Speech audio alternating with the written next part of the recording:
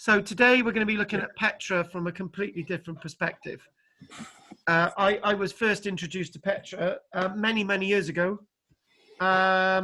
with a book entitled Footsteps, 9 Archaeological Journeys of Romance and Discovery by Bruce Norman. And a certain TV presenter that Anne and I are in love with presented this series, but she can tell that name to us in the break. So I thought that with lots of lectures, there's a lot more to the subject than meets the eye. So what I could do, I could talk about the temple of the crescent moon at Petra. I could talk about all the rock cut tombs. I could look at every single rock cut tomb, and you would have a wonderful idea of Nabatean masonry. But one thing I thought was that the Nabateans are a lot more complicated and a lot more technologically advanced than their carvings. One thing that the Nabateans were very good at, and I'm going to stop, because what I'm going to do is I'm going to ask one of you, and it's going to be Bill, what are the 3 things that the Nabateans are famous for? Well, at Petra, they were famous for trading in a precious material. Was it myrrh or frankincense, something like that? That's enough, Bill. You've got the 1. Give me another 2. Camels? No, that comes in with trade. Gold, silver? No, I need another thing they were famous for other than trade.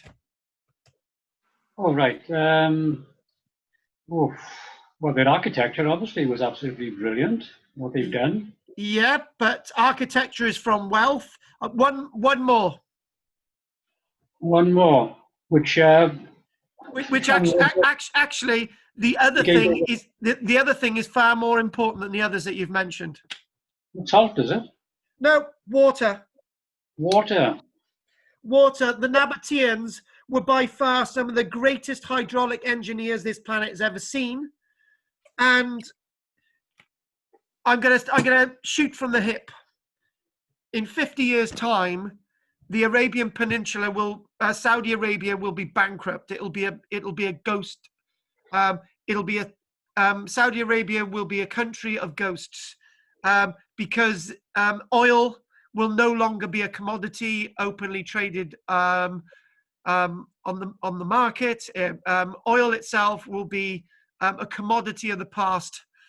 However, that's not actually going to be the case, because the Saudi Arabians are already looking at hydrology. They're already looking at harvesting more. They're looking at water. They're looking at harvesting every single raindrop that falls from the sky. That's going to be that's going to be the cash crop for the Saudi Arabians in 50 years' time. And I've chucked that in there because the Nabateans themselves, you can see that pinky bit on the map there. The Nabateans, their descendants today, otherwise known as the Bedouins. But the Bedouins actually created the Nabatean civilization. The Bedouins are great survivors. They can survive in scorching temperatures. And how? Well, they've got the skills to be able to harness nature. And this is what this lecture is about today. The Nabateans themselves were the greatest water engineers this planet has ever seen. And over the next few years, we're gonna look at the Nabateans and work out how their civilization operated, how their engineers operated, how their hydraulics operated. The Nabateans are going to be the civilization that gives us an idea in which direction to go into the future. And it's already happening. For example, the Peruvians, in regards to Cusco, are using the water channels that were once in full operation all the way back to a people that no longer dominate Peru and Chile today, the Inca. The water channels, the systems, the hydrological skills, the hydraulics, that were second to none at that stage 500 years ago at the hands of the Inca are all being put into place, because they're realizing at Cuzco, Peru, that they're not going to have enough water to go around. And they're thinking like the Nazca, like the Nabateans, they're thinking like the Inca today, because water is the future. And the Nabateans saw that to have a great civilization, water was king. There was no huge oil wells at that time. There was no mass agriculture in such an arid landscape. You can't have agriculture without water. So the Bedouins decided to harness water, and they created a great civilization. This little plan in front of us: discover the regions of Jordan. And yes, the Nabatean civilization occupied part of modern-day Jordan. And it's a civilization that is within and surrounded by desert. To give you an idea of the Nabatean world as it's become today, all you need to do is watch the film Lawrence of Arabia. And a little bit further south from Petra is a place known as Aqaba. Aqaba itself, portrayed in the film, is a place Lawrence of Arabia captured because the cannons were facing out at sea and not inland, because it was believed that no army would pass across those deserts because it was so hot. However, to the Nabateans, those deserts were no problem. To the Bedouin that fought alongside Lawrence of Arabia, the water was no problem. They knew how to find it. The deserts were no problem. And we've got to look towards that to give us a backdrop of what lecture we're going to do today. The Nabateans were not a people that just dominated Petra. They were a people that had various cities, towns, and other access to trade. Bill basically mentioned about the various goods, spices, precious metals, silks, all the types of the food that could be on offer in market was at place on those tables across the Nabatean world. And whoever is mucking around in the background, can you stop it? So the Nabateans themselves, it's just not about Petra. The Nabateans were a great civilization. They lasted from around 600 years BC all the way through to the date 106 AD, when the Nabatean world was finally conquered and subjugated by the Romans. Up until that point, the Nabateans were the great competitors to Rome, but the Nabateans were much smaller than Rome, and they were overrun by the Roman armies, not by them lacking the skills to harness Mother Nature. The Nabatean stronghold or city at Petra is the one that everybody thinks at when they think of the Nabatean world. So, just a few little points here now, if this comes up on the screen. The Nabateans, a people that dominated the world of that part of the Mediterranean, all the way up through to Syria, parts of Egypt, into tracts of Arabia, most of modern-day Jordan. The Nabateans were one of several nomadic Bedouin tribes that roamed the Arabian desert in search of pasture and water for their herds. They emerged as a distinct civilization and political entity between from the years 600 years BC all the way through to 300 BC. So when the likes of Alexander the Great came and went, the Nabateans will last for a few more hundred years. Their kingdom was loosely gilded together. It was a kingdom of trading networks. It was a kingdom of wealth and influence. It was a very wealthy world indeed. And in a way, it sort of epitomizes the modern day Arabian Peninsula, where the Arabian Peninsula has been based on the wealth generated from oil. So the wealth will be generated now and was in the past from water. Because as people would enter Nabatean cities, they would be desperate for water. And immediately the Nabateans are trading water before even the tradesmen have traded their goods. After about 106, the Nabatean world is part of the Roman world. Within the Pax Romana, the Nabatean world slowly decayed up until about AD 600, where most of their former cities had been abandoned because the skill to harvest the water had almost been lost. And we'll talk about that a little bit later on. I do actually have a poem to read out to you today, but not yet. So there we go. It's within the crescent of this part of the Mediterranean. It's key to all the trade routes from Egypt, Saudi Arabia, the Silk Route from China, and so on. Now, Bill's been to Cyprus, haven't you, Bill? If you saw this, if you went to Cyprus, what would you say this was? I would say that was it's either a water cistern, or it could be a tomb, actually. Bingo! That's what I was looking for. If you saw any of these in Cyprus, you would think that this is a tomb, right? Tomb of the King. Yes, I know it well, Bill. The point is if you go to somewhere like Cyprus, these things would immediately, you would think of them as being burial chambers. Anything like this, burial chambers, right? The Nabateans, their burial chambers were above ground. Their cisterns were below ground. That's a really important point.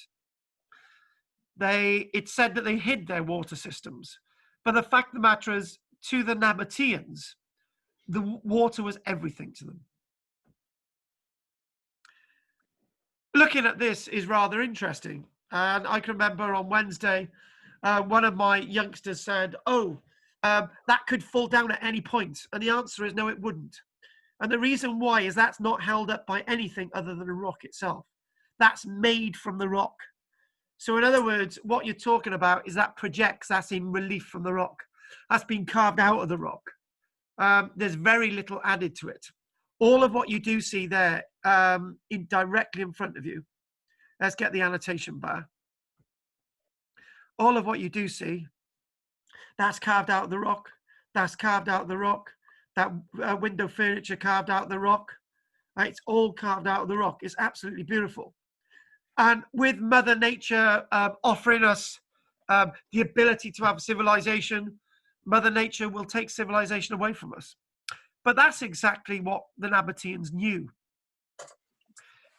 They knew as follows. On the one hand, you could control nature and manipulate nature, which is the Roman way. On the other hand, you could live alongside nature and you could work with nature. That was the Nabatean way, the Bedouin way. When the Romans took over the Nabatean world, they placed on the Nabatean world the sense of Pax Romana. So instead of water courses following the sides of mountains and water being drained into great systems and Mother Nature working alongside Mother Nature, what the Romans did, they built straight aqueducts. They built cisterns in the wrong places. They wasted water. The Nabateans didn't waste water. So this is why when the Romans took over the Nabatean world, they would inevitably fail. And I just thought with us losing one person last week, Dennis, I thought, well, should I actually do a lecture that's away from destruction and death and actually do something that's more about life? And I actually thought, yeah, that's easy to do with the Nabateans. And actually, it's easier to do with the Nabateans because there's something else that I want to show you. This itself is not a painted ceiling inside a Nabatean temple or tomb, a rock-cut tomb. This is actually the natural coloration in the rock. And you could immediately think, well, this is a bit crude, isn't it? You know, this is nothing like the ancient Egyptian hieroglyphic tombs. There's nothing in relief here. But then you think the linear, then you think symmetry, then you think mathematics. Look at that there, even drawn on the screen. That is so straight. look at that there. Straight lines, that's all straight. And the point is, that is real skill. You know, these people knew exactly what they were doing. The symmetry associated with that rock cut arch. This is all the wonder of the land of the Nabateans. The ceiling itself, that's a natural coloration in the rock. So the art itself is within nature. They're working alongside nature to create what you're seeing in front of you today.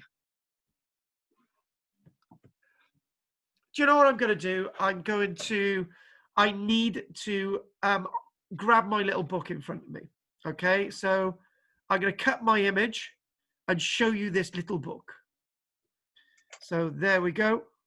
Bingo. Thank you. So speaker view. There it is. I've got somebody already wanting to buy this book. Not this one particularly. They can get it on Amazon. Bruce Norman's Footsteps.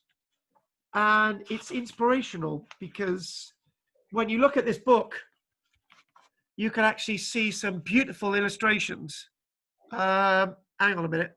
I've still got problems with the background a minute. Hang on. It's interfering with my view. Hang on. Bingo. No, I don't want that. I don't want that.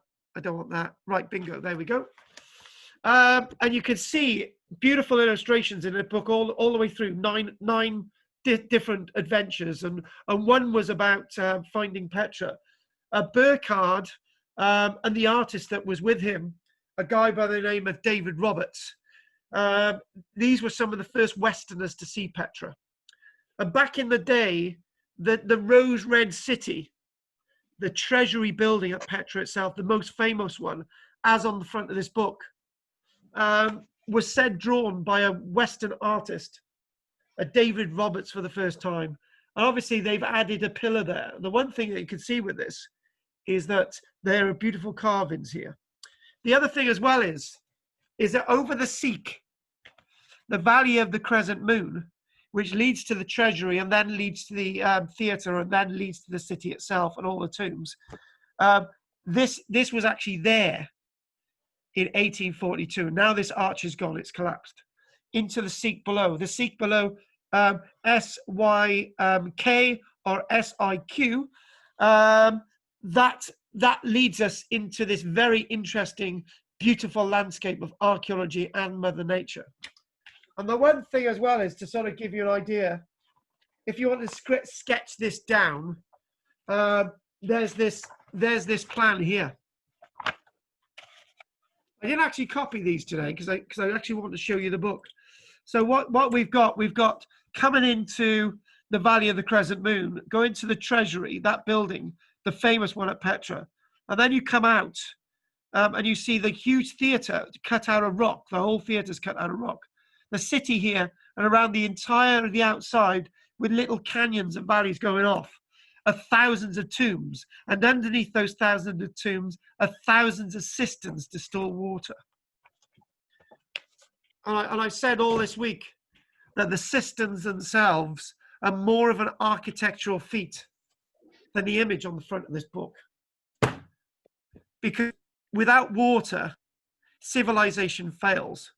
Without water, civilization cannot continue. And this is what the Nabateans knew. So sharing my screen again. So looking at this image, a little bit of a plan. Now what they're doing now, they're actually, if I get my little screen share on, the annotation bar. Actually, this is the Seek, the gorge, the canyon of the Crescent Moon, and then you're followed all the way by a little water canal cut into the rock by the Nabateans. You keep following, you see the treasury building, the most famous building, and then you actually come out, various tombs, there's the theatre, and all the way along here, the entire landscape, there's tombs everywhere.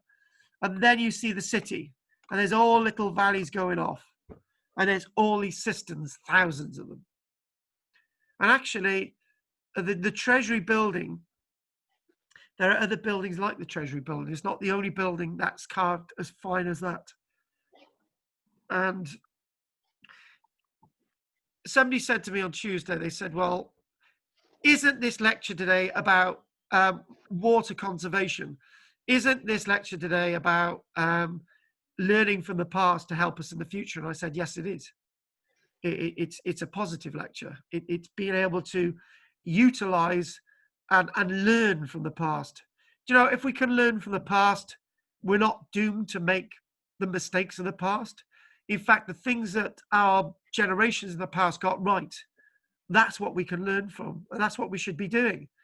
We can't keep inventing the ball. There's only so many times you can invent the ball. A ball is a ball, but if you forget what a ball looks like, you've got to re-find it. And if anyone remembers this, this is the image. Harrison Ford on the back of a horse with his entourage, and they go down the valley of the Crescent Moon, and this is in the film. And the Last Crusade, it's pretty good Indiana Jones film, but it's based within this landscape, and it's great because in fact the researchers really did their research, even down to the tanks that they used in the film. Everything. It was a great film.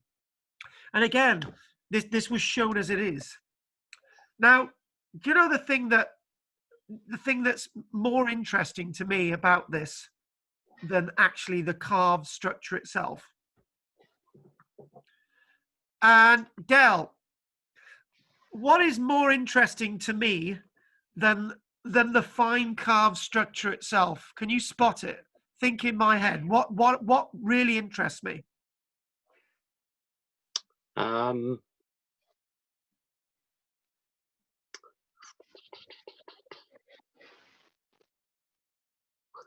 The fact that it's there. Nope. Okay, Del, I'll give you a clue, and I'll do it. Basically, when they're creating this, okay, we're doing this the wrong way round. I can see. What is it, Del? I can see the little plug holes where they put the scaffold in. Del, you know how I think. No, there's something different about them, but you've actually got the right area, and we'll tell you now. They did it top down. Yes, they did it top down. Yes, they worked on it top down. Right. Here we go. We'll put the scaffolding up, and basically, you can imagine, right? They've completed it, Del, right? And then the mason says, "Oh my God, look at that up there. It's not painted, right?" So these are access points to the monument. Basically, you can use these to climb up to maintain the monument. So this is a great innovation.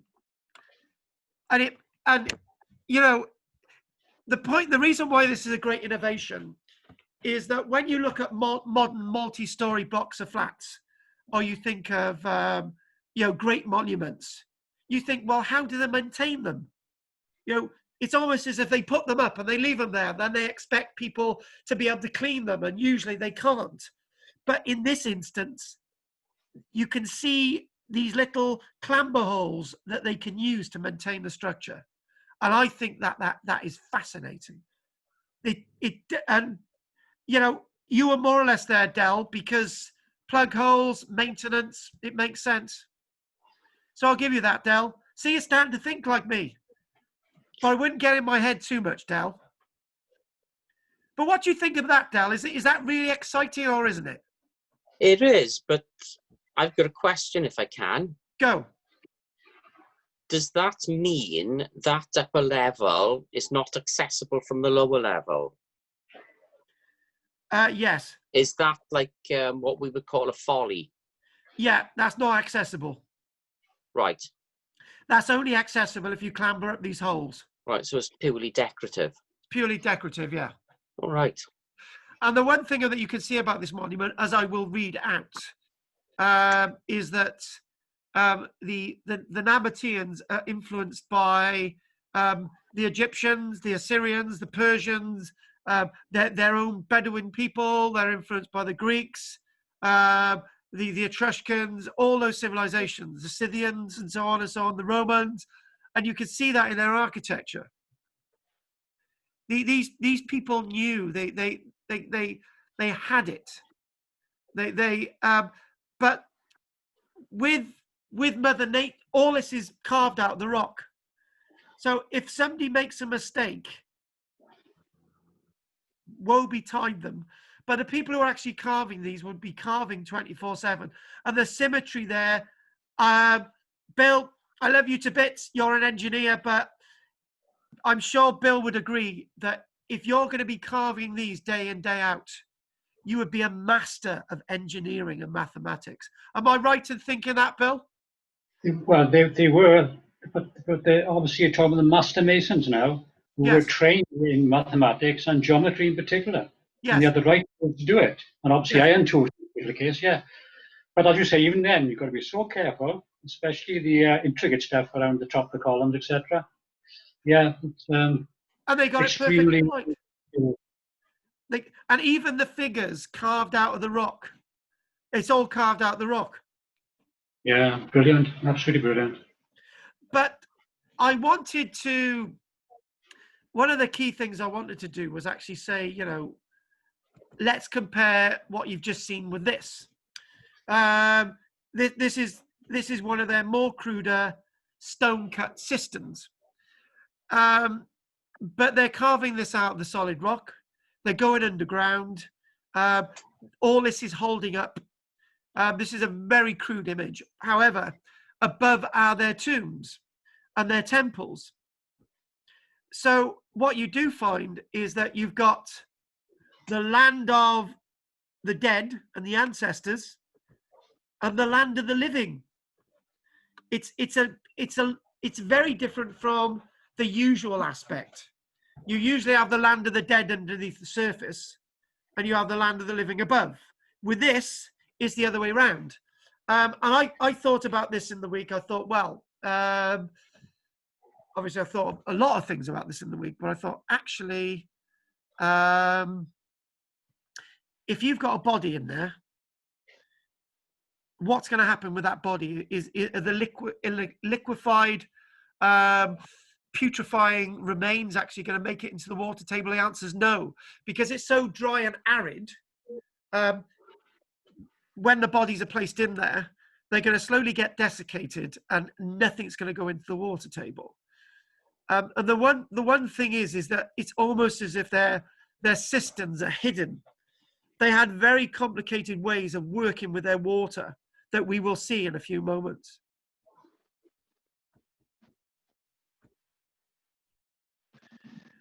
So looking from the land of the living, which is actually the center of Petra, the center of the city, to the land of the dead. So, and the ancestors, or the land of your loved ones, which is more appropriate.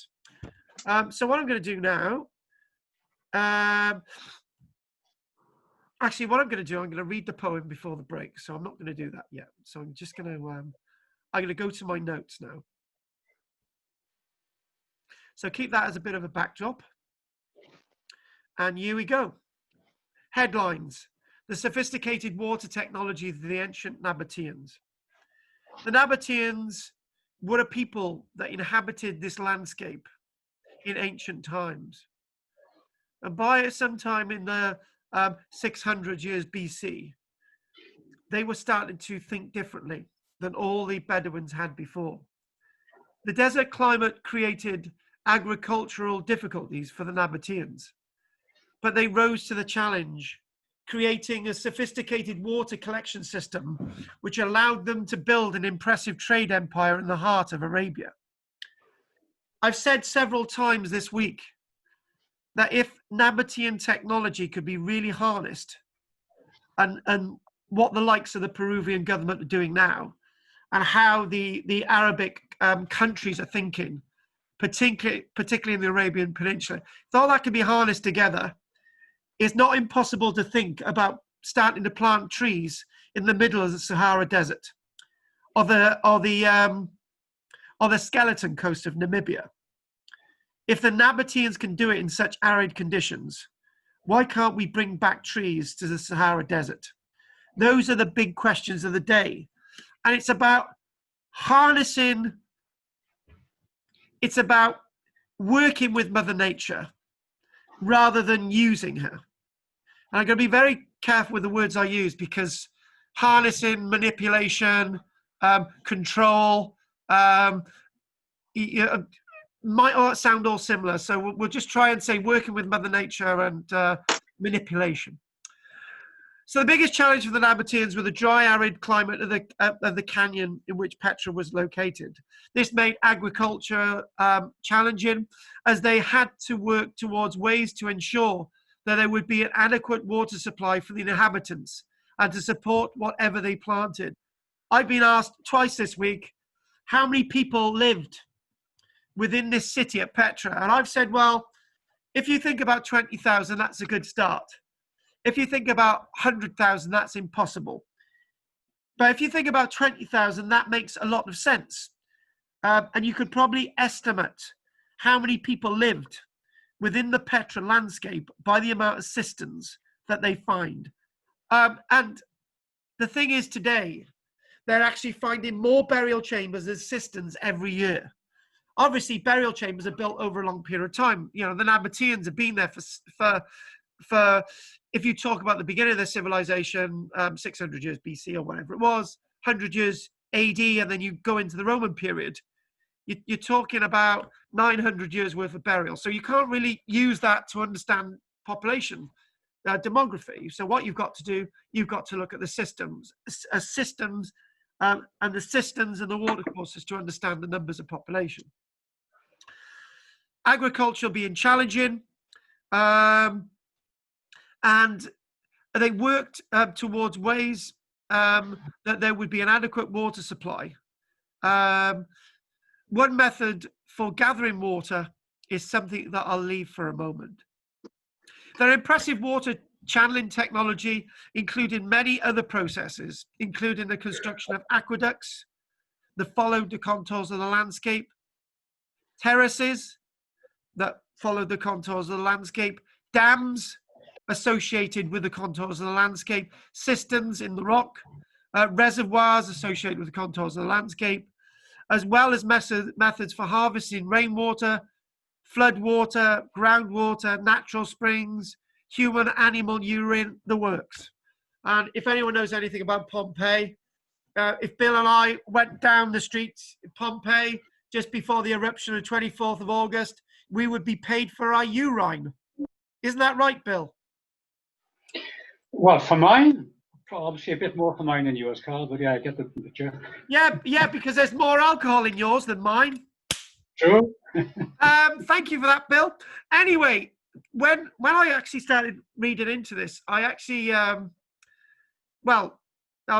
there's a paragraph I want to read out in a few moments, but I'll tell you why this is really important. A few months ago, when we were working on the archaeology recovery allotment, I said to Mike, I said, why don't we plant the way that they're starting to plant in Africa? And he said, what's that? I said, what you do, you dig out holes in the ground, you mix up the soil, then you put leaves in there, you plant some seeds, and on top of that you put twigs and all the rest of it, and it keeps it all moist. Anyway, we thought about that. Anyway, it got me thinking, and then I thought about the Nabateans. I thought, right, so what the Nabateans did, they dug for plant their trees, and then to harness the water. As anyone knows, when you plant any plant in the garden, 95% of all the water is lost. It goes straight into the ground. What a waste. The Nabateans saw this. Well, they said, well, if we're going to lose 95% of the water, and only 5% is going to be absorbed by the plant, and probably 5% is a bit of an over-exaggeration, actually. What we need to do is that 95% of water we need to be able to save somehow. So what they come up with, this ingenious method. They dug a funnel-shaped structure into the ground that got tighter and tighter as deep as the ground became. So it was quite wide at the top, but funnel-like at the bottom. And in the funnel at the bottom, that then led off. Led off then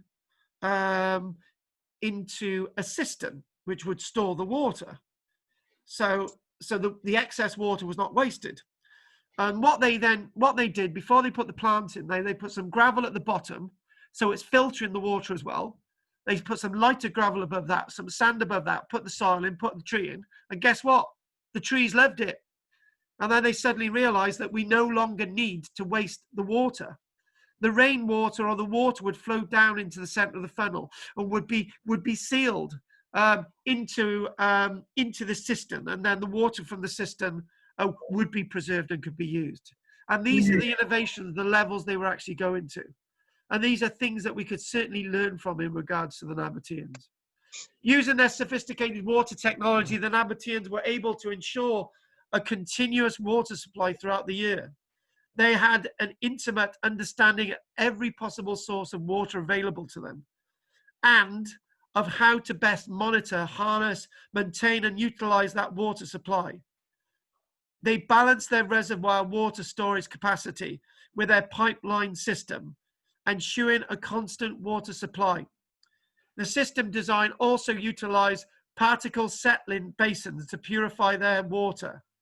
The Nabateans' extensive understanding of hydraulics allowed them to create a system that maximized water flow rates while minimizing leakage and waste, as we've already mentioned with the tree planting.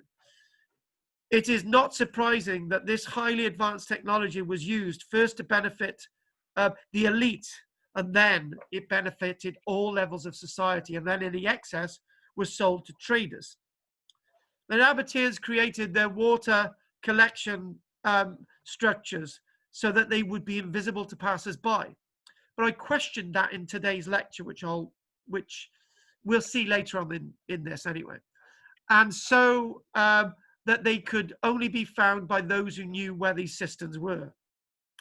The complex systems collected water from mountains and springs, natural rain, and so on.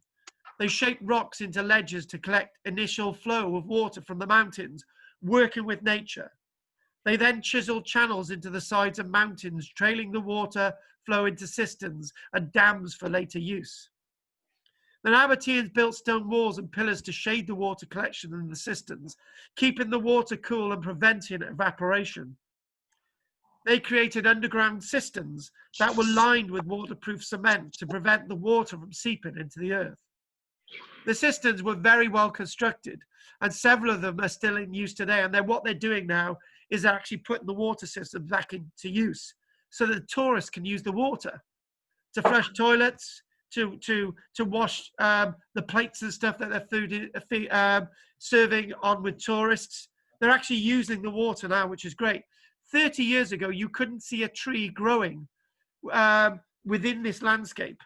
I remember watching one program. It said there's a tree, and now there's loads of trees. They're really starting to use the landscape. In ancient times, one of the most important factors that civilizations had to take into consideration was the water supply. If they wanted to live any distance from a reliable source of water, they had to find other ways to collect water for agricultural and other purposes. The Nabateans are a prime example of a culture that was highly advanced for its time, as they had to understand hydraulics to create their impressive system of water collection. Through ingenious methods, they were able to create a water collection distribution system that allowed their people and city of Petra to thrive for many, many years, day in, month in, year out. They had water all the time. So if we look a little bit more at these images. Again, with these, the whole point of these really tall columns was not just for show, was to actually have a veranda, so you could actually shelter yourself from the rays.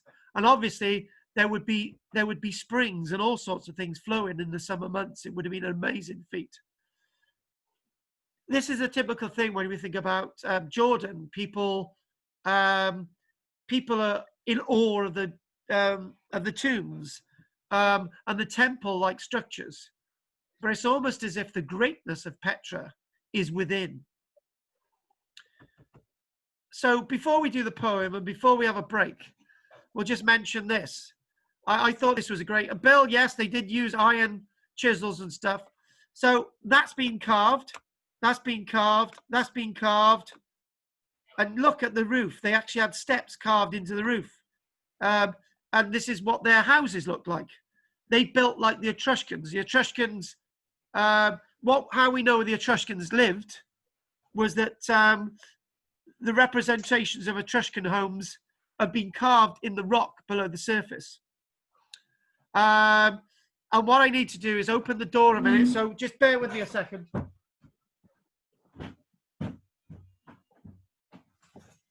Hang on, folks. Hang on.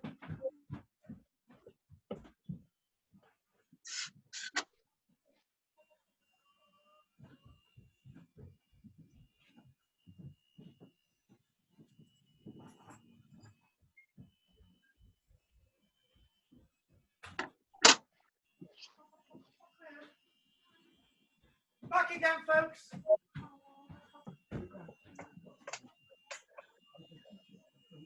Oh, great.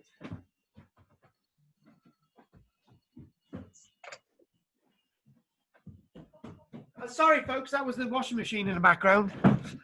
Sorry about that little interruption. I had to open the door. But the thing is, I need to show you is that not only do these tombs represent the homes that they lived in. Look at this one here. On the fourth tomb, they're carving it and they run out of money because they're unable to carve this bottom bit. So you can imagine the family saying, right, we've run out of money. Our uncle Cecil's just died. We need to bury him quick. So they decided to stop the carving, and they put this little entranceway in a little bit further up the rock. And I think that's really cute that you've got that sort of weird little detail for these people. And there's lots of interesting things to be said along the way. And again, carved out of rock.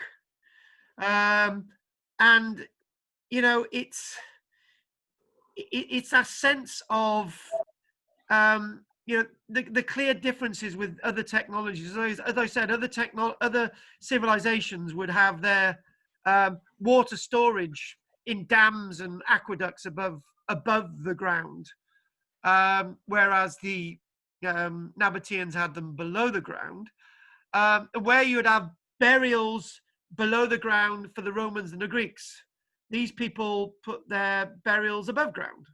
So in other words, I think there's a bit of a priority there. I think there may have been more of a priority with the systems. And it's clear that their landscape is dominated with water storage systems. It's an obsession, but it's a good obsession because without water, they couldn't survive as a people. So this image for some reason has disappeared.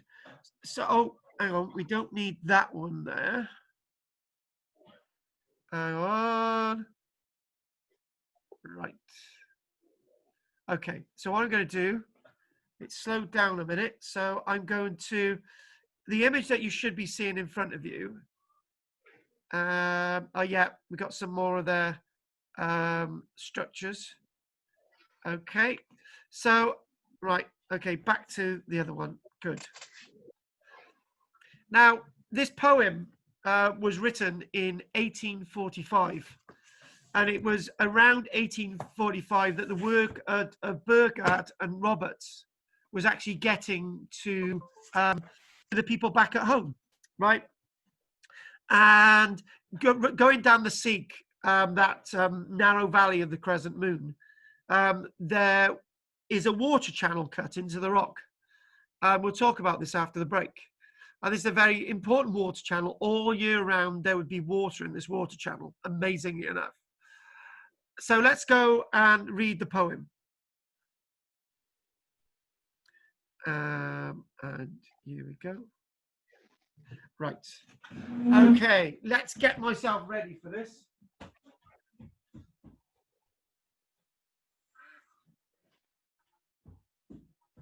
Right. I've never come across a poem that you can actually read once to a group of people and it's word perfect. So to me, this has got to be one of the greatest poems I've ever read. It's written by a guy by the name of John William Burgon, Burgon, and he won the Oxford University's prestigious Newdigate Prize for Poetry in 1845. And Burgon had only heard about Petra. He never actually went there.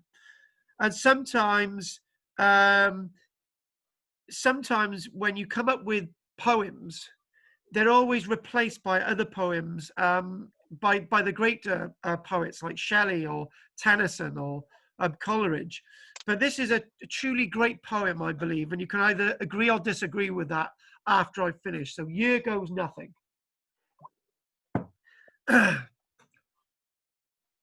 It seems no work of man's creative hand, by labour wrought as wavering fancy planned, but from the rock as if by magic grown, eternal, silent, beautiful alone.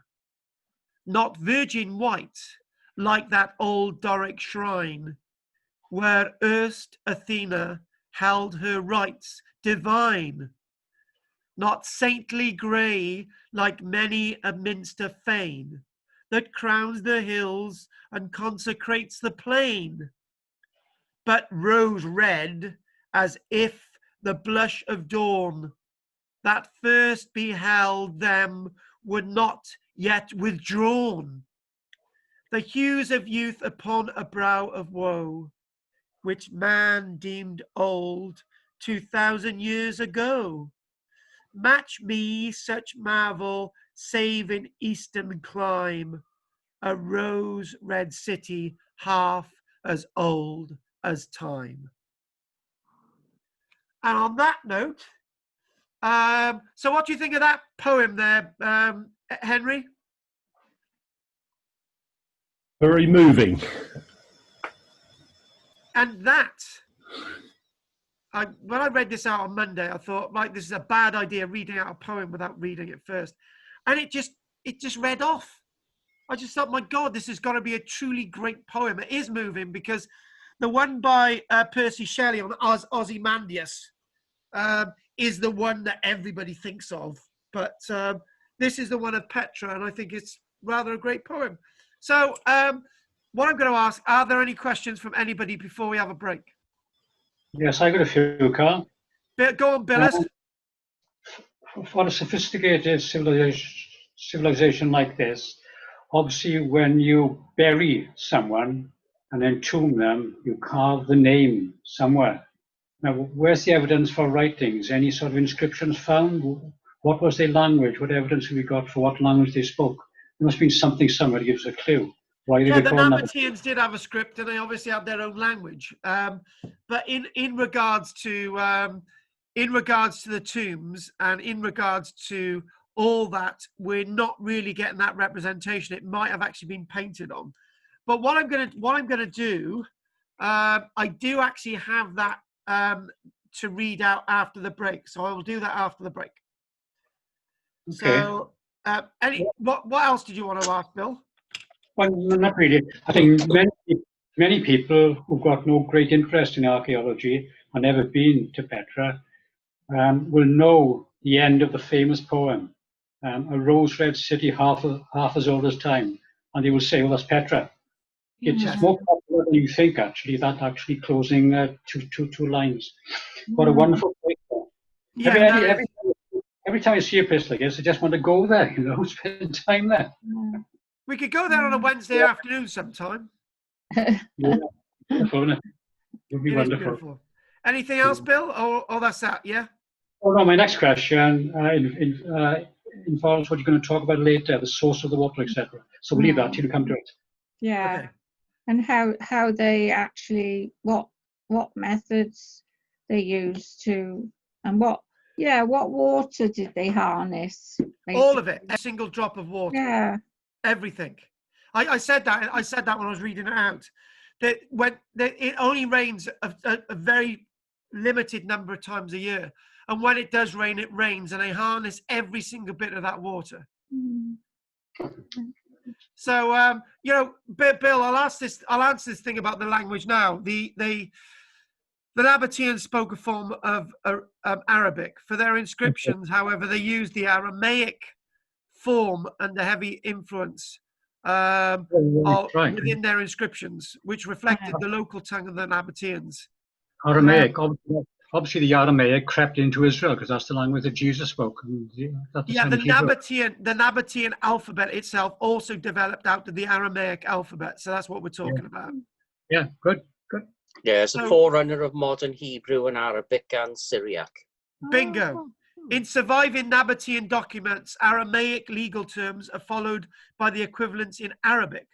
This could suggest that the Nabateans used Arabic in their legal proceedings, but recorded them in Aramaic. Right. So basically, they have a higher and a lower form of language, a bit like ancient Egyptian. The hieroglyphics are a higher form, and then you've got a lower form. It's like in the English language today, we do still have a higher form of language. It's called Latin, but we hardly use it. So it's the same thing, right? So that's answered your question, Bill. So anyone else want to say anything before we have a much-needed break? No. Now, would you put that map you put on the very, very beginning?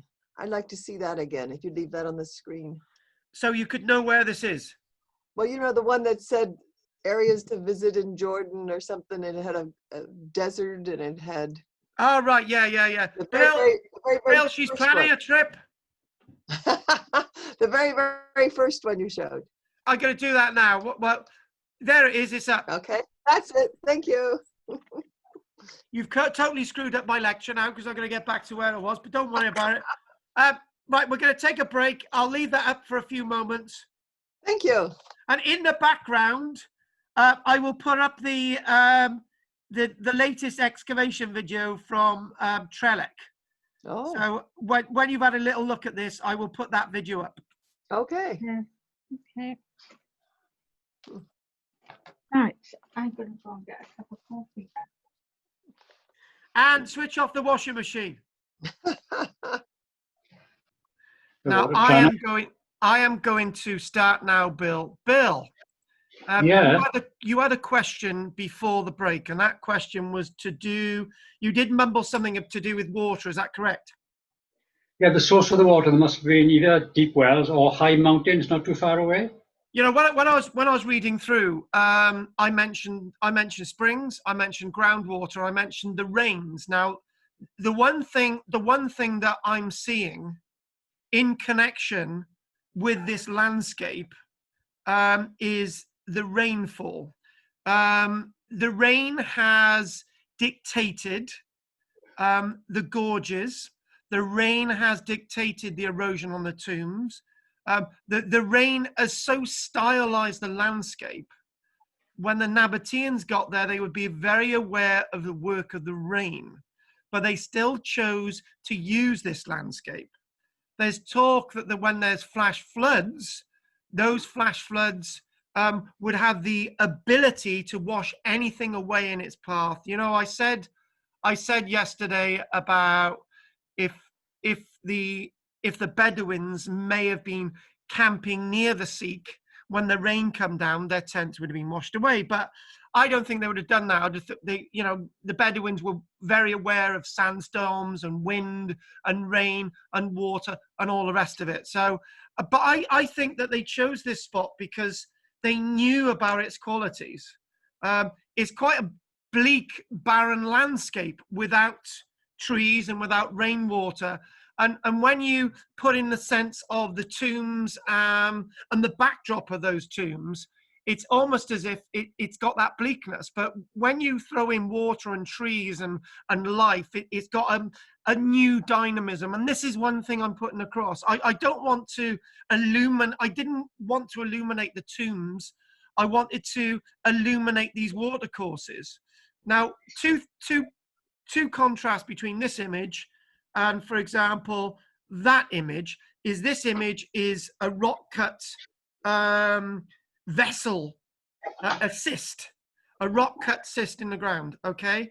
And this cistern in the ground is so carved to keep their cherished water. On the other hand, going down the side of the Seek on the left, there's a water channel all the way along. Now, this has its own way of working, which we'll go on to. So what I'm going to do, I'm going to go straight into the water part.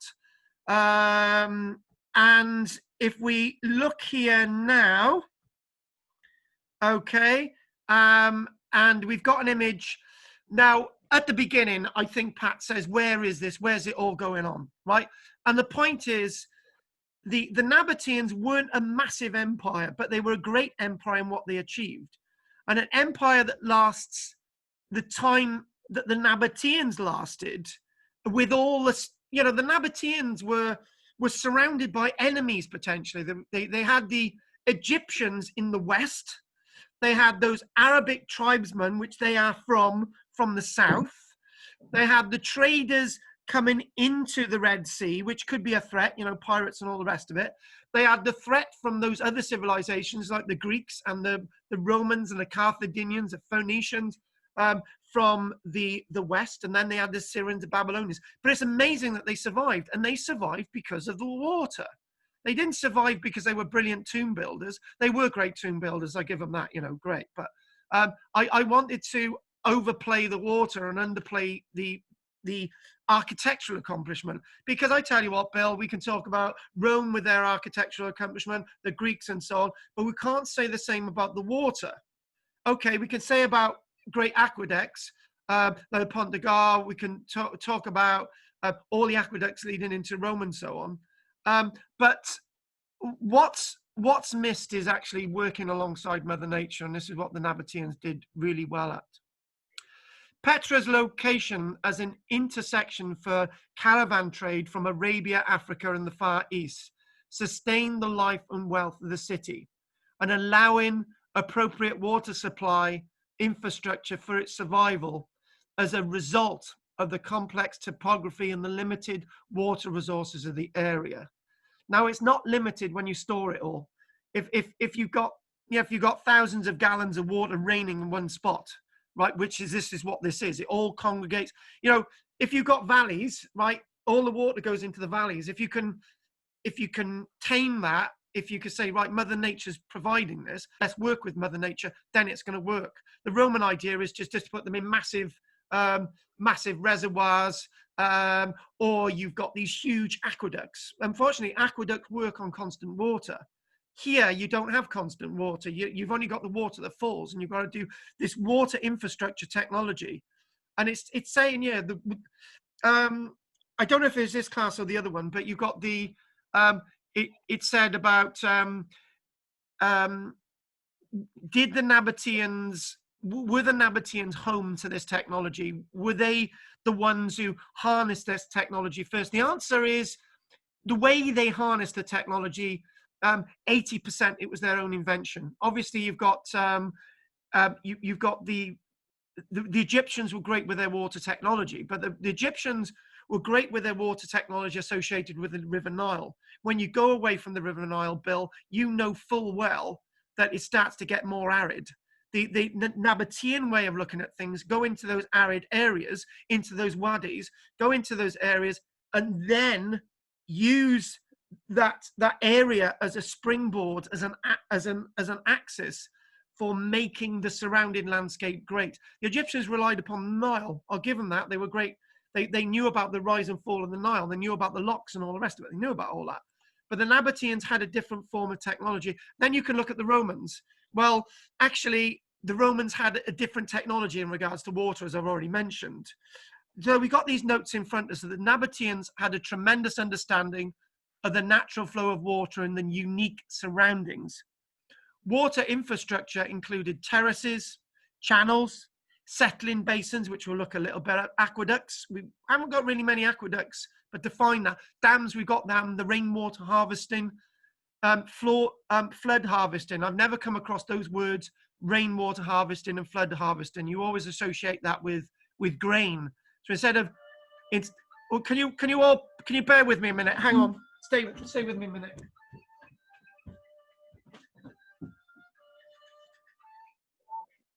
Hi, Ian, I'll get it now. Hang on. Michelle, that call's come through. Okay, smack bang in my lecture. So sorry about that, folks. Michelle was overtaken by the door. So you know, when we talk about flood harvesting, and rain harvesting, we always think about harvesting barley, and we always think about harvesting crops and so on. But rainwater harvesting, flood harvesting, that's basically, you can only harvest water when it arrives. So that's where that comes in, back to where I was. So groundwater harvesting, obviously, Bill, you're talking about springs, you're talking about flow from the mountains, and it's trapped, and all the rest of that brings into it. A large range of size and types of cisterns, reservoirs created by dams, water distribution tanks and springs. Throughout the Petra area, there are hundreds, if not thousands, of these cisterns. Now, these cisterns themselves, the ability to store the water is key to this. And you can't have these buildings, you can't have these carved structures without that ability to harness the water. So what we've got, amazingly enough, what we have is a series of slides. It's very, very rare that I'm doing a lecture and I can find a document that has a load of slides like this. In fact, this is the first time. It's all the slides I would need in a lecture. It's like a PowerPoint already that I've managed to get off the internet. And it's so, when you look at that image in front of us there, you can clearly see that all of that is cut out the rock, the entrance to the rock, and in there is a cavern of delights.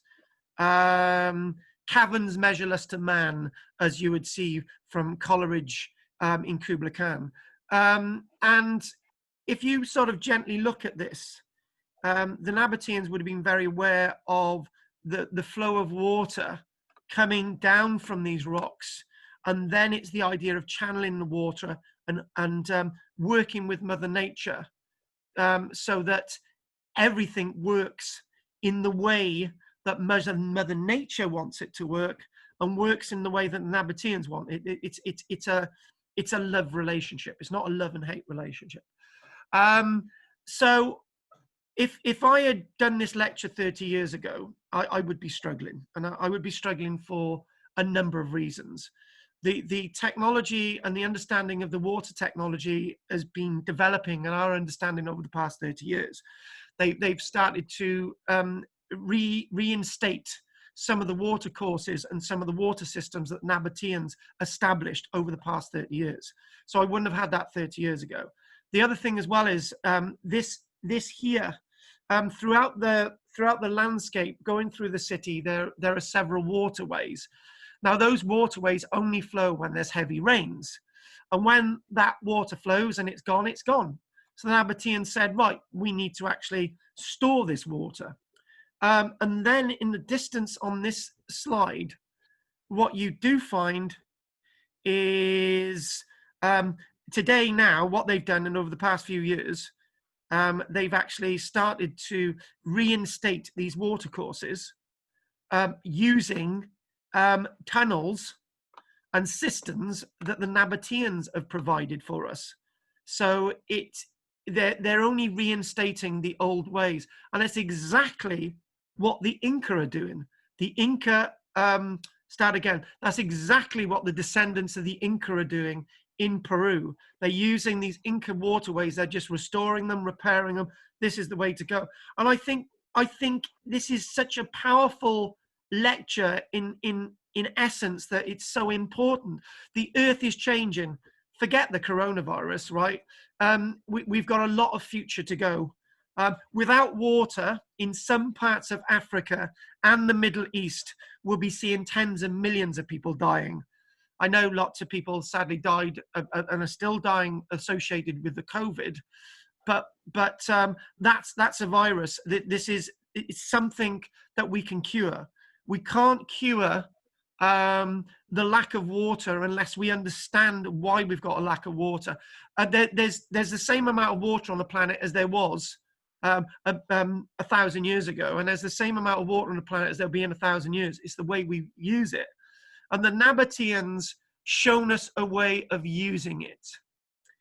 So what I'm going to do, Bill, right, if you could bear with me just one moment, can you look at that image for me? Right, I'm going to give you a minute. Can you look at that image for me, and look and understand what you're seeing, and then when I come back in 30 seconds, a minute, I will talk about it. So I'll be back with you now, Bill.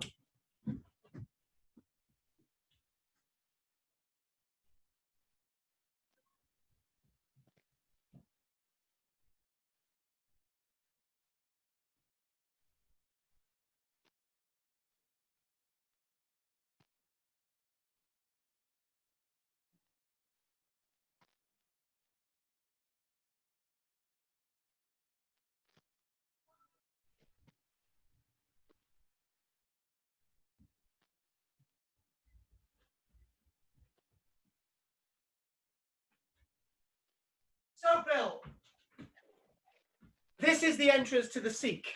Okay, this is the entrance, the canyon of the crescent moon. This is that very narrow canyon that leads to the city of Petra. This is that narrow canyon that leads to all the cisterns, the tombs, the colonnade, the theatre, and all the rest of it, right? And the reason I wanted you to look at this and understand what the Nabateans knew, and this is a really good image. This is a really good image for a number of different reasons. The first reason is that this here is giving away the secret to the water. In fact, there's algae, bacteria all over the rock. There's only one way those algae and bacteria can survive, is because they're sheltered.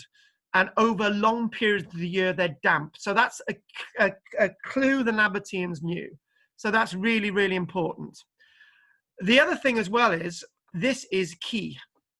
Now, why is this key? Well, when it rains, the water comes down off the rock, and then it creates a huge flood down the valley. But the Nabateans also said, right, what we're going to do, we're going to harness just a little bit of that water, only a little bit.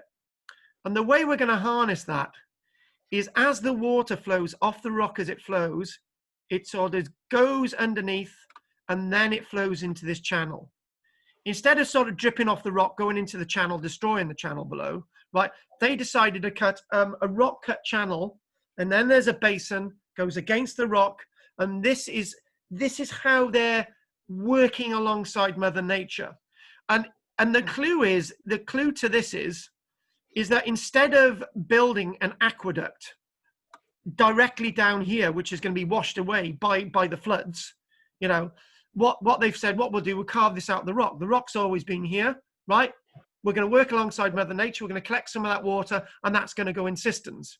That's only a little bit of the water saved, but then along the Seek, you've got cisterns, and then it goes off into channels, more systems, goes off into dams. Or this is not the only canyon that leads into the larger canyon, the landscape, the wadi that's associated with Petra itself. So they were flowing alongside, and this is so important in what we're doing today. So moving on again, lots of slides to do, and I'll probably skip over a few. The Nabateans, that tunnel itself, a flood bypass tunnel. So these are the types of things that you will be familiar with, Bill. You'll be familiar with the tunnels and sort of bypass systems, but the Nabateans knew about all this. And that's the way that's carved into the rock all the way along. The aqueduct, the stone cut aqueduct. That's the only thing The only thing that's man-made there is actually the cut itself. Everything else is Mother Nature. And along the route, what they've got is settling tanks, so that they could sort of settle the quality of the water, and also outlets from cisterns and basins, because sometimes the cisterns would get full. All these things they were thinking about. Now, can you hear me, Bill? I can, yes. Good. Now, in modern day technology, for example, if you look at the Aswan Dam, for example, Lower Egypt, you've got a dam itself that cuts off the River Nile, and you've got a huge dam there, right? So that's not working with Mother Nature. It's all the water in one point. One day that dam's going to burst, and so on.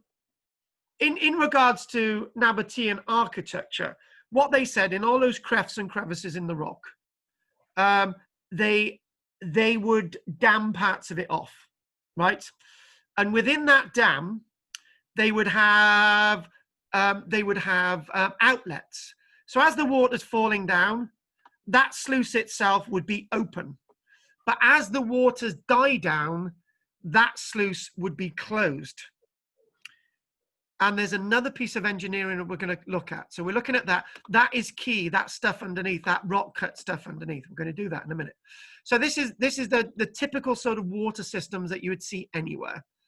But there's some really nice innovations with this, which we're going to show you. And the Nabateans had years to think of this, but they were good at doing it. So the next image is this. Now, this is more important than everything, right? It's talking about outlets and channels and all the rest of it, yeah. But this is really important, okay? Now, the rock cut steps to the sanctuary are in fact these, okay? Those are the rock cut steps. But this is part of the hydraulic system associated with this dam, this little dam behind.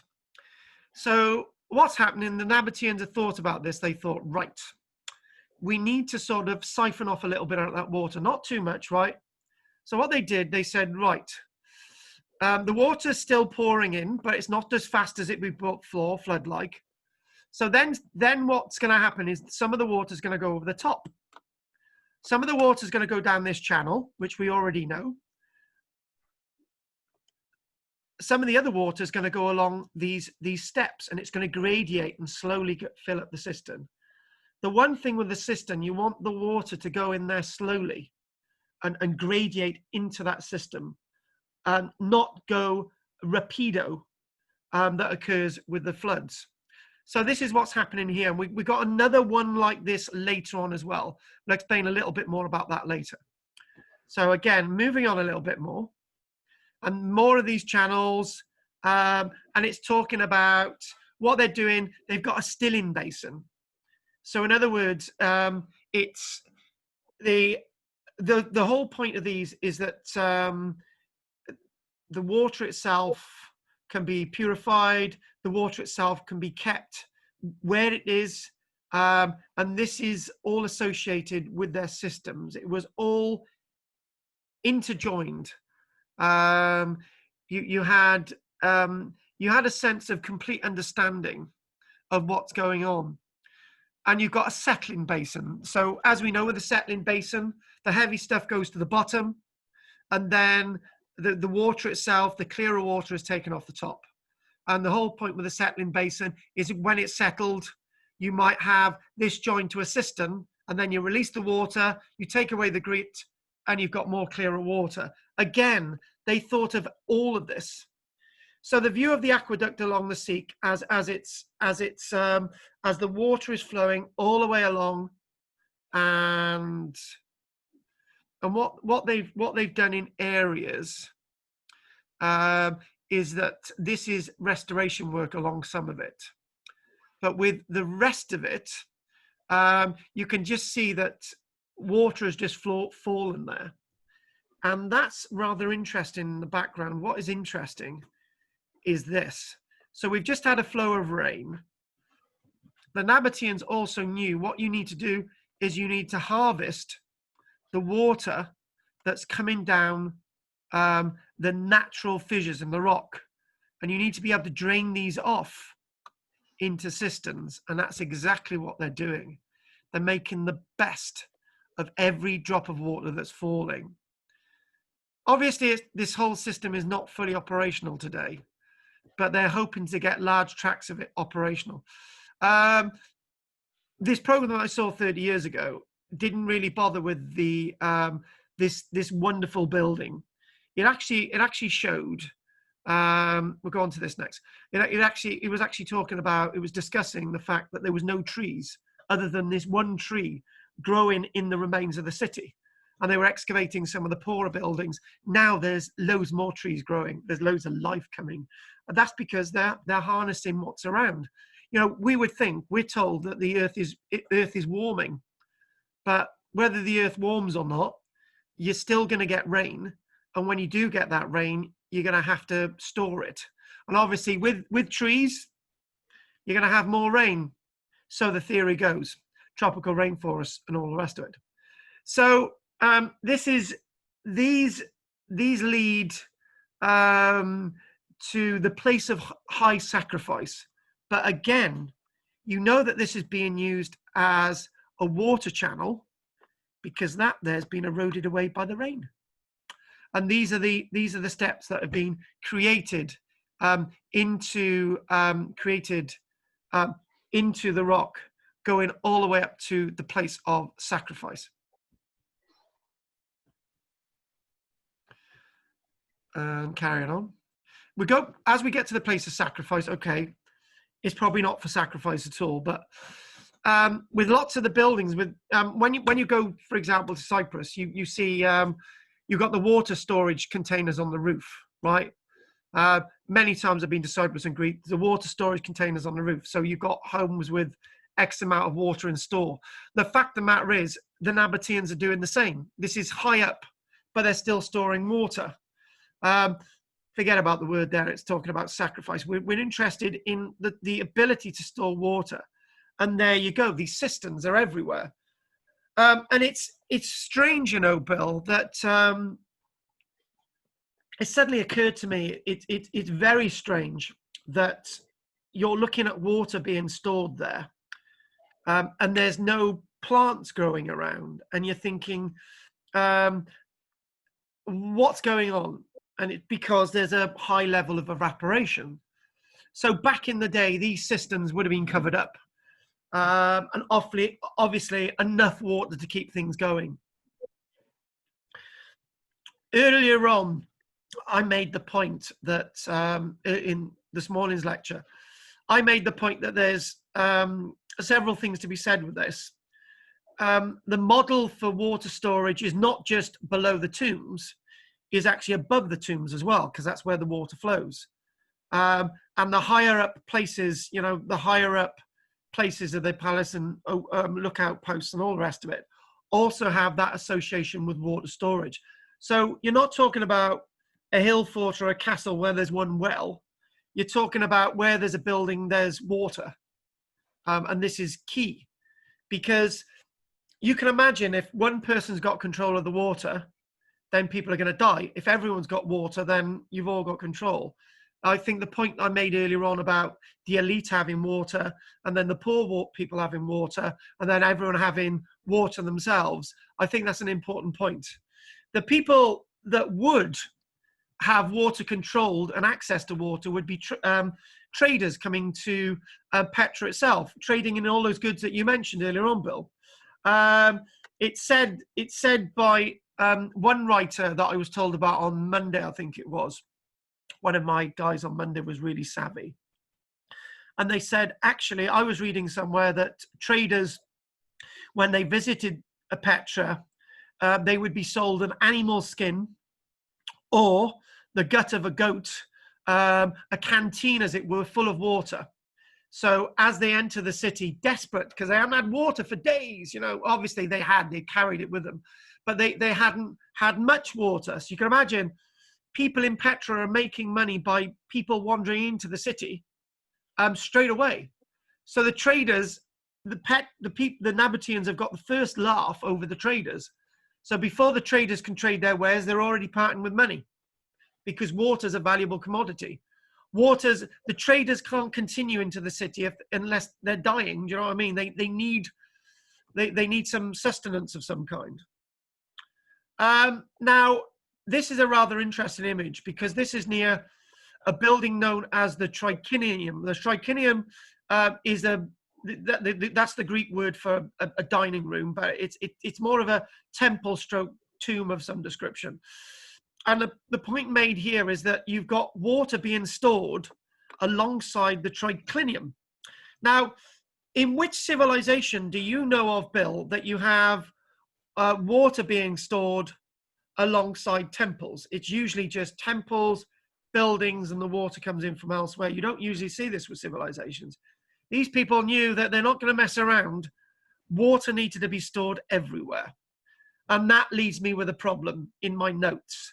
I've got several sets of notes that clearly say that the Nabateans hid their water, their stored water. But if it's being stored everywhere, and if you can see it obviously being stored everywhere, how did they hide it? So I disagree with my notes on that bit. And again, they've gone through great efforts to store it. Mother Nature creating a cleft in the rock, Mother Nature, tree growing there, and this is where you can store your water. Rather interesting. That building there is actually the same building that's got this. Now, I thought this was fascinating. Before you could get to this structure, there's water being stored underneath your feet. So you can imagine that probably above this would have been an iron grate. Probably an iron grate. And the reason why I'm saying that is as the city started to decline, iron would have been a commodity required. I don't think there would have been stone slabs on there. That's showing springers for some kind of supports there. But you can imagine you go into this building and there's water underneath you. And I think that's intriguing. I also made the strange comment today, which is absolute nuts, that maybe the votive gift for that temple is in fact urine. That sounds nuts, but it's in front of the temple. That's really, really interesting. And there's also something else. Are those little channels there, as I may have indicated, for water to go into it, or are they outflows? I would say they're more likely outflows. That cistern itself got full pretty quick. And don't give the, oh my God, don't do the sacrifice thing that they're sacrificing thousands of bulls there, please. So again, sedimentation basins for settling and all the erosion on the rock. More channels, but I want to get on to the next image. This is interesting. Like all these images are interesting. This is rather interesting. So what we've got channel leading into cistern, or is it cistern filled with sediment? But anyway, that is the caption is the one below actually. This is interesting because this is actually one of those clefts in the rock. It's naturally diagonal, it's naturally sloping, which is great. Yeah. So what they've done, they've taken steps to create a dam, and then the water gently drains off into the various cisterns that are associated with this draining pan. And that there, I would fancy to think that there's a statue in there associated with some kind of water deity. And why not? It's in an area where they're harvesting water, and why not that being the point? Now, I like this image because this is water management. It says there, channel leading along steps. Well, let's expand on that. So there you've got the channel. So when there's the rainfall, the excess water is flowing down here directly into a cistern, and then the water's gradiating. And when water's gradiating as well, it's almost as if it's removing some of the sediment, or the point is it's allowing the water to slowly flow down those steps into large storage cistern vats. And Bill, can you see the absolute obsession with water now? Of course. It's absolutely It's everywhere. I've never seen this, Bill. Go on. It's very impressive, Carl. And I tell you which country has copied that. Go If for you it. go to Madeira, the levadas are just like that. They've Ah, formed yes. channels all the way down the mountains to the low levels. So they've copied this sort of idea. But of course, what they've done here as well, to reduce the amount of evaporation on storage, they've selected narrow crevices and built a lot of dams there. So rather than have one huge dam, which would be subject to a lot of evaporation with that climate in the summer in particular, they've gone for these lots and lots of mini dams where it only sees the sun overhead every day, etc. So reduces evaporation. So they thought about all that in doing all this. And the other thing, Bill, but that is exactly the point. They're not using Mother Nature. They're working alongside Mother Nature because Mother Nature's created those crevices, right? Yep. And it's almost as if everything's working well. And I love that sense of working well. You know, when we go to when we get to California and we got the massive dams there, you got the Edward Hoover Dam or whatever it is. I think I got that right. You got this huge dam and there's lots of water evaporation because it's such a huge area. And you're thinking, well, if they may have actually utilized more of the landscape in a far better way and having smaller dams, there would probably be less of a problem. Because California has got the problems with the lack of water. It is the Edward Hoover Dam, isn't it? Is that right? The Hoover Dam, yeah. Yeah. So, which you've been to? Yeah, I've been to Hoover Dam, yes. Oh, needn't I ask? Pat's been there. She lost her children swimming in the lake once. So basically, then she found them all in the local tavern having a Coca-Cola. So again, look at that there. You've got cisterns, tombs, and probably more cisterns on top, as we've already seen. And it would have been great to have understood how lush this landscape would have been. Because you're looking at all these tombs today and it's just all those little crevices, all those little holes in the rock. It's absolutely amazing. And this is what we were talking about, Bill. We were talking about water harvesting cavities. It's basically, these are the small little cavities, Bill. And they're just trading them off into cisterns. Perfect. And it goes on to talking about a place known as Little Petra, which is a little valley that goes off from the main canyon. And again, this would have been flowing with water. Tight canyons, yes, Bill, we've said it. The tight canyons harvesting the water there, and I think it's great that you've got the sense of everything interposing. You know, for example, Bill, we go to the Valley of the Kings and we go to them in Paphos, and it's very arid, and you think, well, if they had thought about tombs, water storage, that landscape would be lush now, but it's not. Again, more of what we've seen. And these great cisterns carved into the rock. And there you go. They're actually utilizing these systems today. A modern pipe leading from a cistern that you go down these steps at Little Petra. Obviously, the narrow gorge leading to lots of water storage. You go down the steps, and there you go into those chambers that we've already mentioned. When you think about something like this, you think about the rock quarries underneath Bath that the Romans used for the rock itself, for the likes of the construction of the baths themselves. And they were just left empty. But this is the quarry in itself, the cavity is actually the purpose of the event. They even got we showed that image earlier on. This is really crude. This is a really crude cistern, but this is quite an advanced cistern. They've gone through. You can actually see the iron chisel marks on the rock on the left. There you go. They're tight, small, but this is really well hewn. They've even gone through that effort. As above, as below, as they understood. And again, more of what you were saying, Bill. A bit of a dam created there. Within that crack, there you go, a dam along the wadi there. And what they've been doing now is today, they've actually been reinstating these dams, and now they're actually storing water in Petra today for the tourists to use. They're really understanding.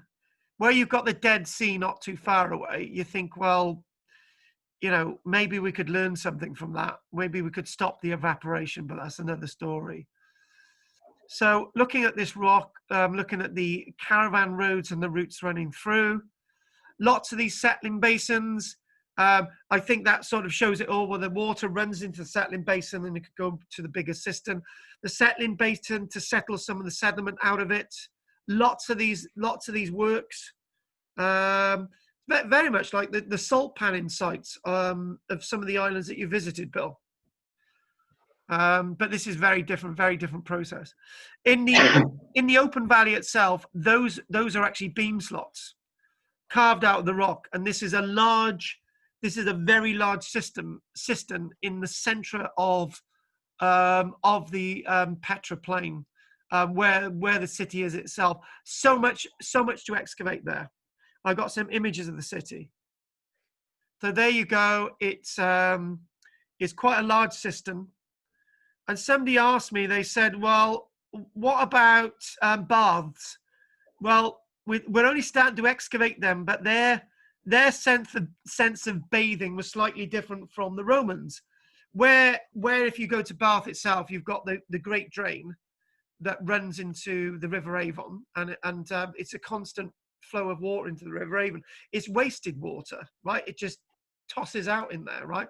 All this water is used. If it's being used for bathing, it's going to be used for something else. And then it could be settled and it could be reused for bathing. There's so much to be said.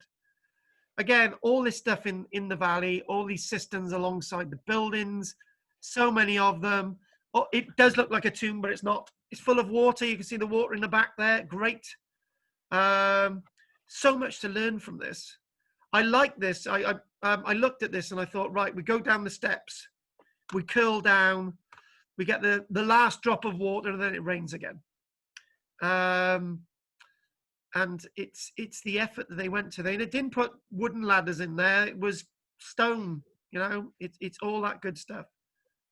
So again, what you would have had a lid on this here, and there's another settling basin. There's actually 3. So it's almost as if they wanted pure, really clean looking water.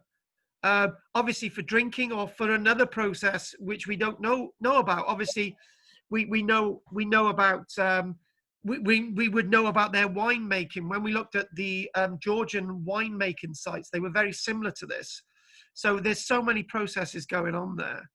So the rainwater is going in the top, and maybe this isn't the rainwater one. This is actually a dirty water one. So it's settled, and the water is then drawn from this little bit of a well from the cistern. So again, more of there you go, the settling system there. It is really ornate, the fine way of doing it. All carved out of the rock. More of these basins, so many of them, so much evidence to look at. And the crevices, entrance into the cistern. You can imagine the water flowing in there. And Bill, this is what you were talking about earlier on. You got a crevice in the rock. They've stepped it, so the water gradiates down into the dam, so it doesn't disrupt the dam. Small dam, but they knew exactly what they were doing. And that is believed to be a corner of a swimming pool, described as a reservoir. And you know what, Bill? You know, when we were children, we used to swim in reservoirs and all the rest of it. Well, those reservoirs for water for the towns and cities, it's not much different. We used to use them as swimming pools. this is interesting. I haven't got long to go, actually. So the last image will come off after this. This is Roman technology. Now, Roman technology failed because they didn't utilize the rock. It's dry. I don't know when these photographs were taken, but it's dry. Nabateans, that's a Nabatean large cistern. And again, storage systems within these cities. You can see where the archaeologists have actually excavated all of this and all the stone and everything taken out. But spot Nabatean architecture. That is not a Roman arch. That is a Nabatean arch. And why, Bill? Because the arch has been carved out of the rock. It's all carved out of the rock. It's perfect. It's not lined with anything. Every single inch has been carved out of the rock, even the arch, which is very different from the Roman architecture that we've seen. This is where the Romans were going wrong. And the point is, Bill, you probably can see it, that if you've got a stone, if you're building an ashlar coursed cistern or your random rubble course system, right, there's gaps between the rock, right? You've got to really line it and so on, and that's going to eventually fail. But if you've got solid rock, if the rock is solid enough, you're going to be able to store water in it without sealing those gaps. This is why you've got a superiority of Nabatean storage over Roman technology. The Romans probably thought, over a short period of time to store water. The Nabateans thought long term. Again, more of their systems. And what I'd like to do finally is actually a new share, the images that we were looking at. Won't be long now, folks. So back to these channels along the Seek. Oh, can you see this, Bill? Yep. And then this is obviously the one that we've already seen. Now, this is a bit of Roman Nabatean technology, so we'll run past that one. But Bill, your reaction to this image? My reaction. It's nice, isn't it? Well, it's nice, yeah. Is it accurate? Well, obviously the buildings are, everything else. Yeah. Yeah, it is accurate because this is a photograph. Is that where they lived? Is that the city part? No, Bill. No, we're going to enter the city part, Bill. Right. Getting the water from the cisterns into the city area. Yeah, and that channel there is the floodwater channel to divert stuff off into the cisterns. And these are the tombs. And Bill, the Place de Resistance is about to come up. Not many slides. But this is one of the colonnaded streets at Petra itself. You can imagine the reason why you've got, the colonnades are not just to show off, okay? They're actually to shelter people from the rays of the sun. This is why we didn't really need many of these in Roman Britain, for example, because, it was cool enough here. But there were lots of these colonnades to keep people cool. And in the summer months, you could hear trickles of water as if from the Orient. And here we go. This is the land of the cisterns and the land of the tombs and the dead. And Place de Resistance, voila. This itself is the rock-cut amphitheater. And I tell you what, Bill, right? If you made a mistake with your carving of this amphitheater, it would screw up the whole symmetry, but they didn't screw up the symmetry at all. This is the perfection carved out of rock. This is the Place de Resistance. And you can see it, can't you, Bill? I should say, you can even see where I think the hierarchy actually sat sheltered from the sun in those little rectangular openings.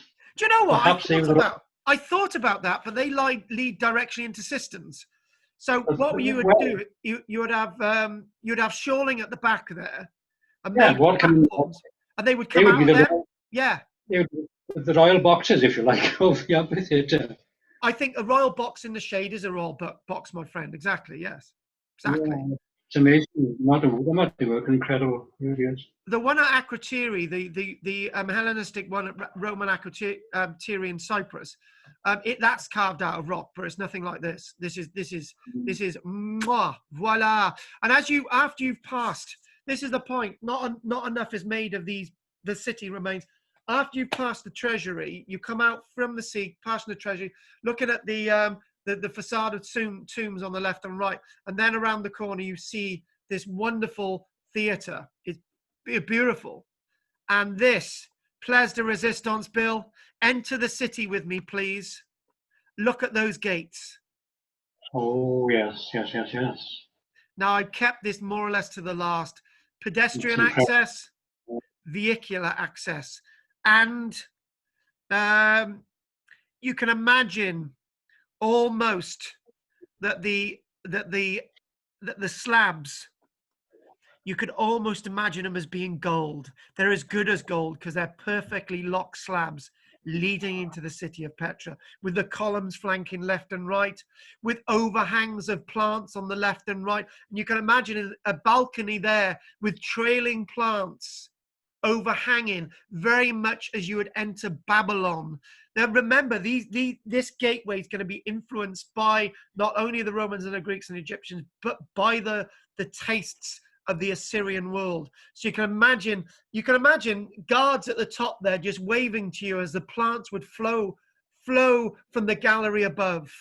And this is true high civilization. And if you can be in love with a civilization, be in love with this one. This is truly great. And as we move on, we say goodbye to this image. And we've got a massive temple, a huge temple complex. You don't usually see these. You type in Petra. It's more about the rose red city, the temple of the crescent moon and all the rest of it, right? All that. But this itself, you're looking at the temple.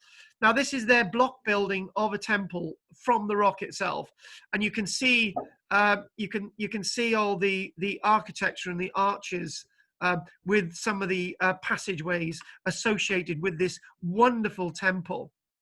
And we've got 2 images I think left. The Rose Red City. This isn't the treasury. There are a number of buildings that look like the treasury. And the last building, last but not least, voila, again, the amphitheatre, or the theatre, we should call it. It's not far off. You could think that there's not a lot of work needed to bring that back to its former glory, as they've done with sites in France and other parts of the world. Bringing that back to its former glory, that would be absolutely wonderful. On that image, Bill, we call it a day. Next week, we're going to be looking at the lost people of the Amazon and some of their civilizations. Bill, you've got a question. If you've got any to ask it now. Yeah, obviously we haven't seen any wastewater system, but there must have been wastewater. But they were so efficient, they wouldn't use that for toilet flushing, but use the wastewater for agriculture. So they must have had areas there, obviously, for crop growing, etc. Yeah, it's all, again, water harvesting. So obviously, you and I, Bill, we're wandering down Pompeii. Our pee is used. You've obviously got the water from the bars. That's going to be recycled. The rest of our human waste is obviously going to be used to spread on the fields. That's going to be that's going to enrich the field. And the animal waste, nothing's wasted. The point is nothing's wasted. Roman civilization, modern day civilization, we waste. This is going to be our downfall. So now we've got to look at these civilizations like the Arabian Peninsula is doing, and they're now starting to say, look, we've got to change what we're doing, and they're doing it now in the Arabian Peninsula. They were highly organized indeed. Did you mention at the beginning why the city was abandoned? Why the civilization just went? It's looked right. The whole point of this lecture was not to focus on the end. It was to focus on its. But with what happened, because they were absorbed by the Roman world, and with the collapse of the Roman world, the Nabateans would have been lost without defense. They would have been lost without the structure that they had before. And they would have been at prey to anybody. AD 600, it's well before the onslaught of Muhammad. And it's likely that it would have been prey to disaster before that. And maybe, Bill, do you know what the Bedouins probably said? They said, you know what? We lived in tents and we harnessed the environment and we were able to be freer than we are today. And that's probably the attitude that they took. So those Bedouins going around there today that defeated the Ottoman army were the same Bedouins who are descendants from these people that built the city. That's the answer. So if you haven't got anything else to say, Bill, I'm going to put the mic on. Open. Just the last point. Go on. I've never seen so many images as you show today, because obviously everyone knows the Treasury and one and two others. But I never realised how big the area was and exactly what they'd actually done as regards water conservation and supply, etc. So amazing, just an amazing civilization. It is very much so, very much so. Everyone have their mics on, one at a time. Pat, anything you'd like to say? Oh, it's just wonderful. Like Bill said, you want to go there and see it. Well, Come on, we'll go there next Wednesday. And Pat, there's plenty of gift shops, and make sure you recycle your bag. I saw it on the map. And Henry, anything you'd like to say? I'm very impressed with this. I really enjoyed it. Great. I've done a bit of background reading on some of the technology. They seem to have had a waterproof cement as well, which I find quite incredible, taking the era that we're talking about. And that cement, even today, they've said actually still survives and functions. Gosh. And it goes to show it. When they're the problem is with restoring the Nabatean systems, we don't know all the technology, and it's getting it right. If you're going to reconstruct the past, you have to have all the facts. And I'm really hoping that they have got all that knowledge. I'm not going to treat these people as being stupid. So let's hope that they're doing it the right way. Thanks for that, Henry. And Del? Yeah, fine. Really enjoyed that. That was really good. Lots of good information. Yeah, thanks. I got to go now, so. Okay, Del. Well, we've more or less finished. So see you, Del. I'll see you on the weekend, hopefully. See you, Del. Yeah, hopefully. And bye. Thank you. Del. And Anne, you have the last word because we all want to go. Well, Jesus was baptized in the River Jordan and John the Baptist, but I just wondered where the River Jordan was To the east. in relation to Petra. It's Northwest. Northwest? Yeah. When you said east, I was thinking that's in the bloody desert, Bill. It's Northwest. northwest. It must have risen in the mountains. Yes, it was in the northwest, exactly. Oh, right. Not the okay. east. Don't go in the east and don't go in the south because you'll come across alcohol. North. All So, right. Anne, anything else you'd like to say? Because No, it was great. Great talk. Thank you. My pleasure, and I look forward to seeing you all next Wednesday, next Thursday, and on Saturday. It's been a great one. Anyone on quick chat What afterwards? was That's that? fine. Did you ask? Did you Yes, ask? I did. Anyone else got anything else to say before we go? No. Carl, one last point. Yeah, go on. Your book Footsteps, I got a feeling that's in our library in Bridgend in Hope Chapel. Yeah, No, it's not. it is with the Archaeology Company Library. Yeah, it is. Oh. Yeah. We do have a copy. So on that note, Would you like to borrow it, I'd Bill? like to mention quickly, 14th of August next Friday, we have our first ghost walk in UN, if anyone's interested. And the portable library will be out and about soon. What was that? What time is it? Next Friday? That's 7:30. At Iweni Priory. Well, we're meeting at the UNE Garden Centre, so we walk to the Priory. Where do you park though? Well, we park along road. along UNE Road, which is yeah. Okay. No, thank you, Carl. That was great. Thank Yeah. you, Bill, Anne, and Pat. I really appreciate your support today, and Henry. I'll see you next week. Take care. Do you want to you. borrow that book? Do you want to borrow it from the library? Not at the moment. Not at the No. moment. Okay. Okay. No, it's fine. Thank you. Okay. Okay. Okay. Right. Bye. Bye then. Night, everybody. Night, Bill. Bye Pat, everyone. Bye. Bye. Bye. Cheers. Bye. Bye. Bye. Bye. You haven't gone anywhere yet. I'm just waiting for Evan to sign off. And lie down. Yeah, lie down in the darkened room. Take care. I was going to say that I read your few nice words in the paper for Dennis. I think they were well judged. Yeah, I appreciate you saying that. And the biggest problem is that the biggest problem is now is that the family itself have been a bit pissed off that I was the one who was having to track them down, and they haven't appreciated that Michelle and I spent 4 hours trying to track the family down and so on. So what we've done now, we've done our tribute, and we've done our best for Dennis, and we're just going to leave it to the family now. So I think that's the best thing. Yeah. So anyway, I just wanted to say it was. Yeah, I really appreciate you saying that. I do. I appreciate that. Thank you. Okay, I'll leave you and have a lie down. I'm gonna have a lie down. Thank you, Henry. Bye. Cheers. Bye. Bye. Bye. Bye. Bye. Bye. Bye. See you, Bill. I'm gonna end now. Remove and I'm going to stop.